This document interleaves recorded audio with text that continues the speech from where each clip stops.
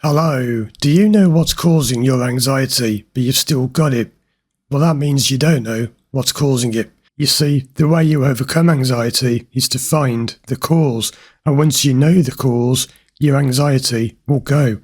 So you can't know the cause of your anxiety and still have anxiety. Those two things can't exist together. It's like saying, I'm a single, married person. You're either single or you're married. You can't be both. It's one or the other.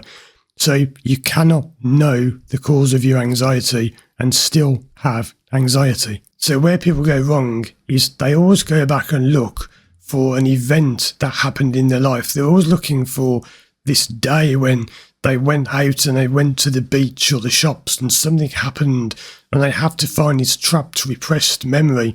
That's not how you do it. It's part of it. It's not exactly how you do it, because even if you find the correct event, it isn't the event that matters. That's not how you find the problem. Now you might ask, well, what is the way you do it then? How do you find it? I've said this many times before in videos, but it's about feelings, emotions. It's not about events. So let's just say that one day when you were 8 years old, you went out in a car and had a panic attack. You would not fix it by remembering that, because people will say, oh, well, I've remembered the event and I remember when it happened, but it didn't work. And I did hypnosis, so we went back and did this regression and I remembered this time I was in a car. Yeah, because that's not how you do it. That's the first step. As I mentioned in videos when I do consultations with people, that's like peeling back the first layer of the onion. You may think of an event, but that's not how you fix it. You need to find out what was behind that, what made that event happen. In many ways, you find what was the root cause of that event.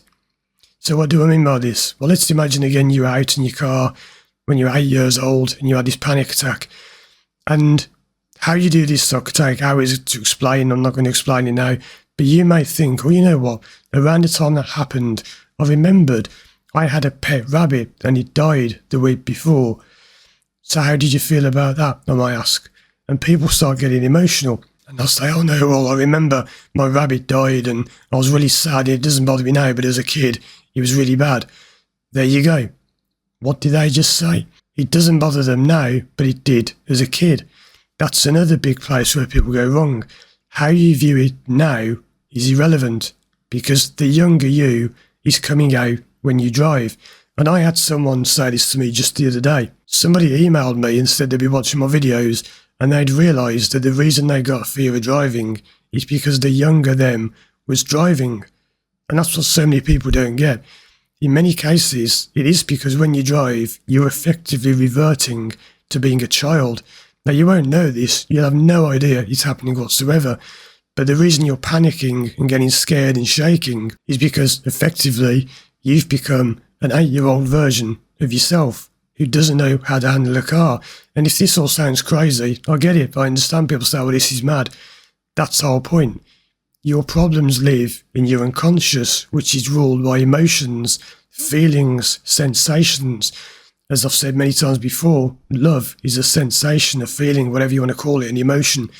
You can't logically explain why you love someone. It's a feeling, it's unconscious, it's subconscious. That's what you're looking for, not an event of, I went driving when I was 8. Let's imagine again you did do that, but your pet rabbit had died the week before and you were sad about that. What's that got to do with driving? Maybe something you may have forgotten was that journey you did in the car was because you were taking your rabbit somewhere to bury them. Probably not if it's a week later. I'm just making this up as I go. But this is the kind of thing that comes up. You see how it goes deeper. It's not about just sitting down, closing your eyes and thinking, oh, I've just remembered I had this problem when I was 8. Oh, it hasn't fixed it. Oh, it doesn't work. Therapy doesn't work.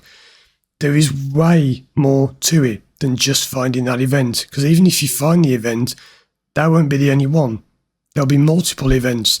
And even then, you have to work out how that's affecting you nowadays. And you have to know how to get rid of or fix, however you want to phrase it, the emotions. You don't just find it and that's it. There is a lot more to it than just finding it. So that's just the tip of the iceberg. And you see how funny it is when people say, I know what's causing my anxiety. And I'll say, go on then, what is it? And say, well, it's when I was 8, I went out on this car ride.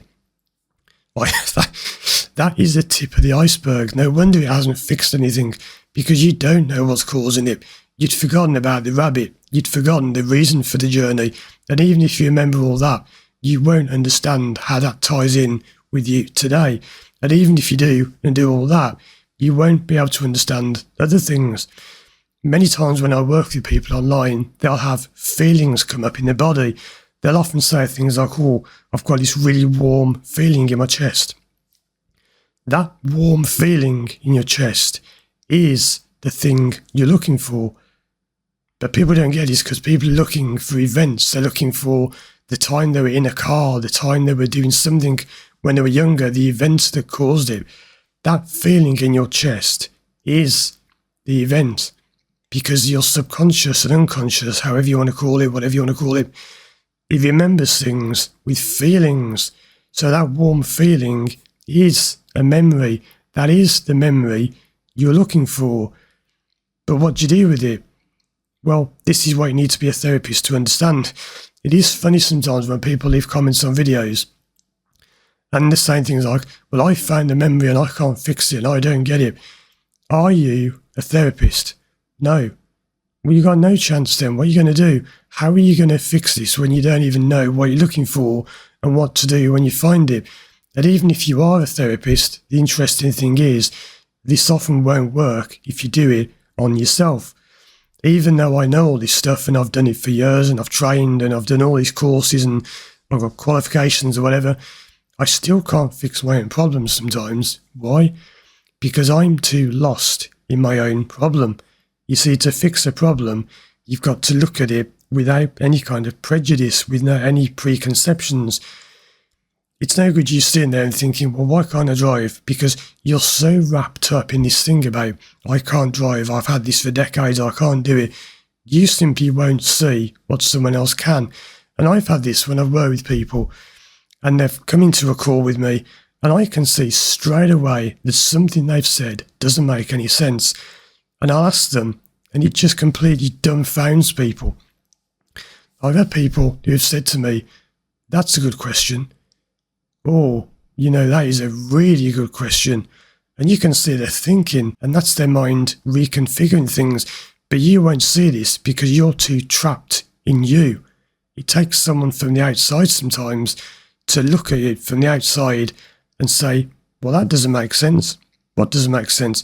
And you won't see these things, right? You will not see them. So I hope that's helped you to understand that it's nowhere near as simple as people think. You don't just have to find an event. It's more about finding feelings and emotions, and how you do that, you need to train to be a therapist to understand. And then what you do with those things, we need to train again to understand that. So it goes a lot deeper than most people think. Check out these other videos of mine on the screen now. Thanks for watching, and if you want to contact me and work with me one-to-one from anywhere in the world, you can contact me through my website, firstdrive.com. Thanks again, and I'll see you again soon for more videos.